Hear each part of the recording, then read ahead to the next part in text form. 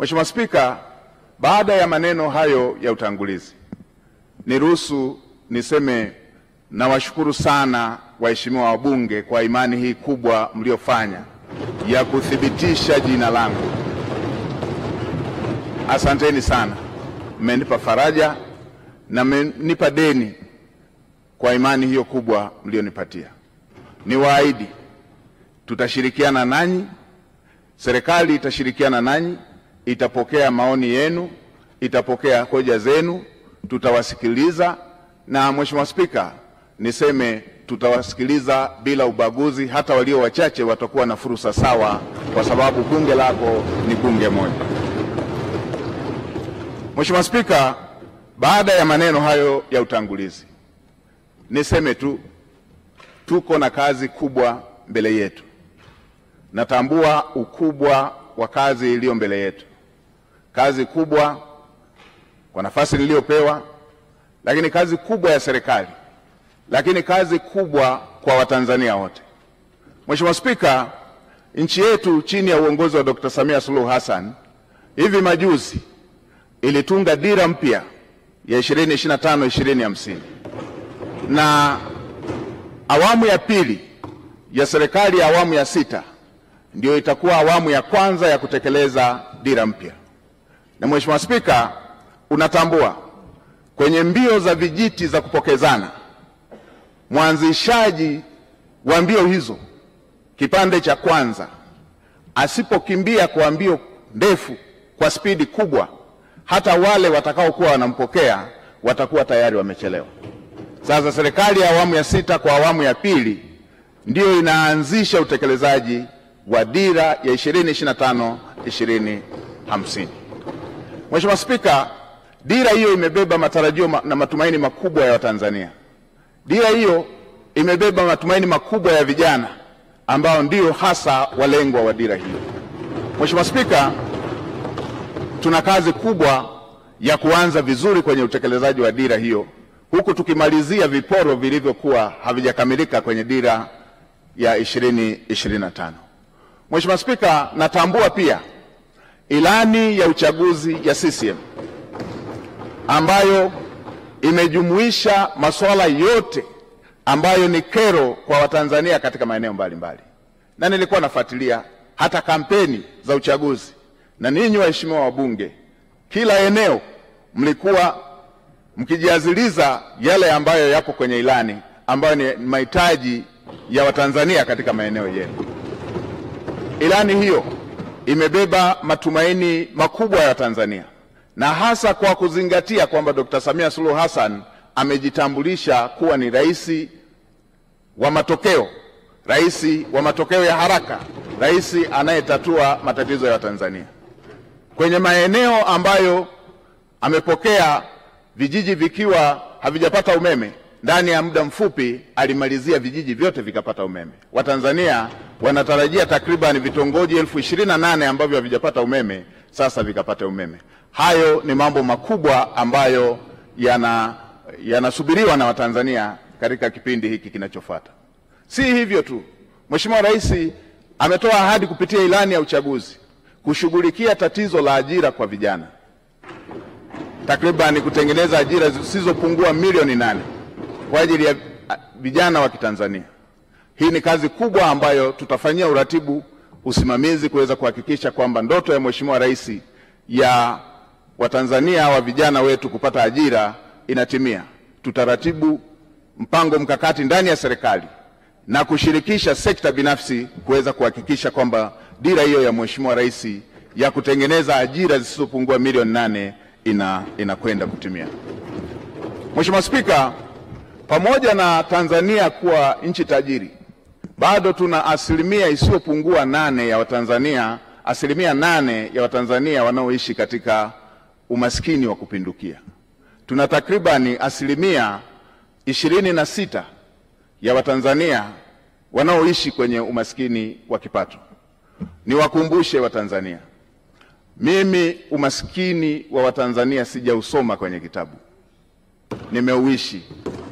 Na Mheshimiwa Spika, katika maisha yangu haya, katika umri wangu huu, miaka takribani 32 nimeishi katika maisha hayo ya umaskini. Nimeishi katika maisha ambayo, kwa wale wanaokumbuka, kule vijijini mama zetu, dada zetu wakivaa gauni huwa wanajifunga nguo kiunoni.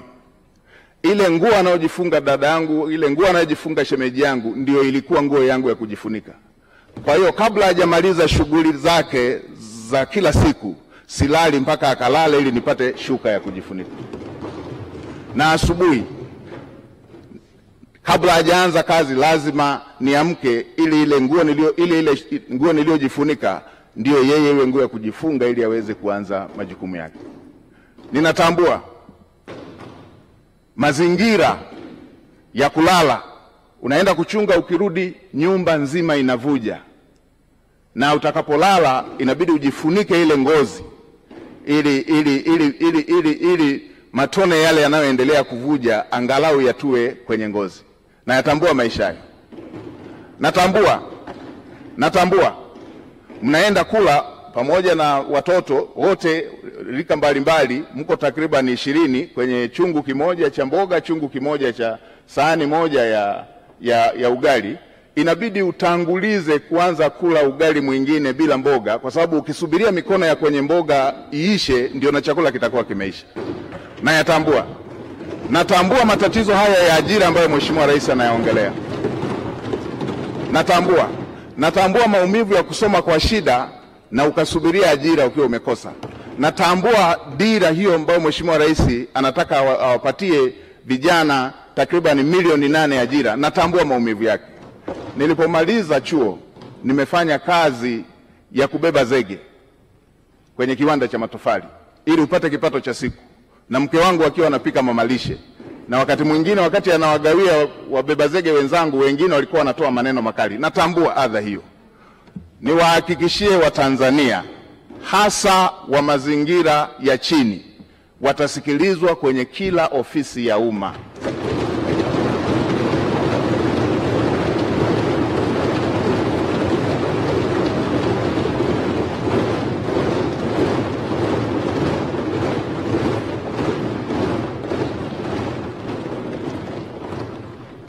Kila aliye Mtanzania, hii nchi ni yake. Watanzania wote watasikilizwa kwa nidhamu katika ofisi za umma. Watasikilizwa kwa nidhamu katika ofisi za umma. Watanzania watafikisha kero zao, na watumishi wa umma watakwenda kwenye makazi, kwenye maeneo ya Watanzania kutatua kero za Watanzania.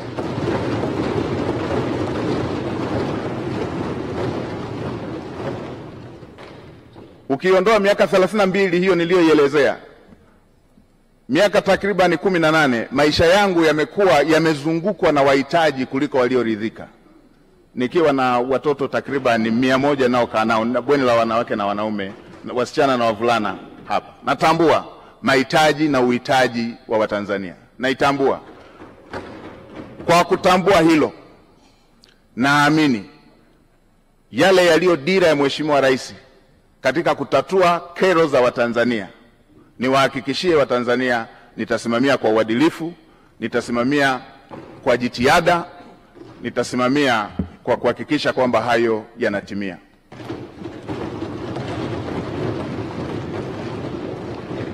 Kwa kuzingatia kazi kubwa hiyo iliyoko mbele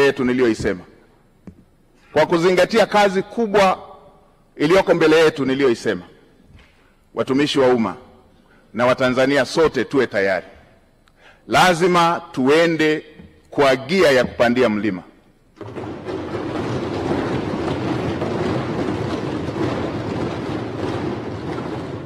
Lazima tuende kwa gia ya kupita kwenye bahari yenye mawimbi. Lazima tuende kwa gia ya kupita kwenye anga lenye mawingu. Lazima chombo kifike salama na watu wake wakiwa salama. Kwa watumishi wa umma wavivu, wazembe, wala rushwa,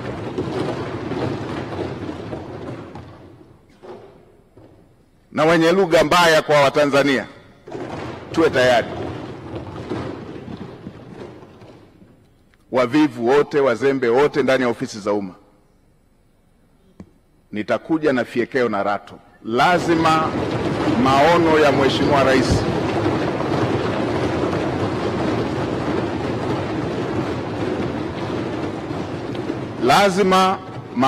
Mheshimiwa Rais, ahadi ambazo Mheshimiwa Rais amewaahidi wa Tanzania lazima zitekelezwe. Mheshimiwa Spika, katika kumalizia, nitoe rai kwa Watanzania wote.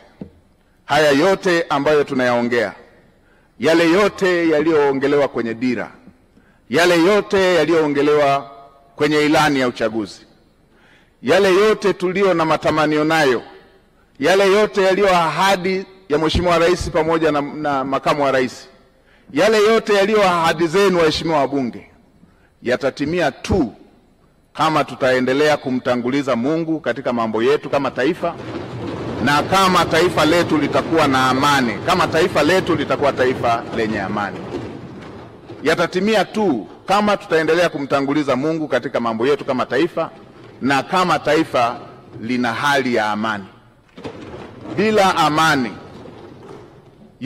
yote tunayotamani, yote tunayotarajia, yote tulioahidiwa, yote viongozi walioahidi, yote yaliyoko kwenye dira, yote yaliyoko kwenye ilani hayawezi kufikiwa. Nitoe rai kwa Watanzania wote, tuwe na wajibu wa kuhakikisha kwamba nchi yetu ni ya amani. Tumtangulize Mungu hata kwa yale tunayoona ni magumu, ili tuweze kuhakikisha kwamba Mungu anatusaidia kupata ufumbuzi wake, kwa sababu kwake yote ni mepesi. Mheshimiwa Spika, katika kumalizia, nishukuru familia yangu, wamesimama nami mara zote, mke wangu Neema pamoja na watoto. Niwashukuru wananchi wa jimbo la Iramba, niwashukuru sana wananchi wa jimbo la Iramba, kwa sababu pasipo wao kunichagua nisingepata sifa leo ya kupendekezwa kuwa waziri mkuu. Asanteni sana wana Iramba, asanteni sana Watanzania wote. Mheshimiwa Spika, nakushukuru kwa mara nyingine. Asante sana kwa kunipa nafasi.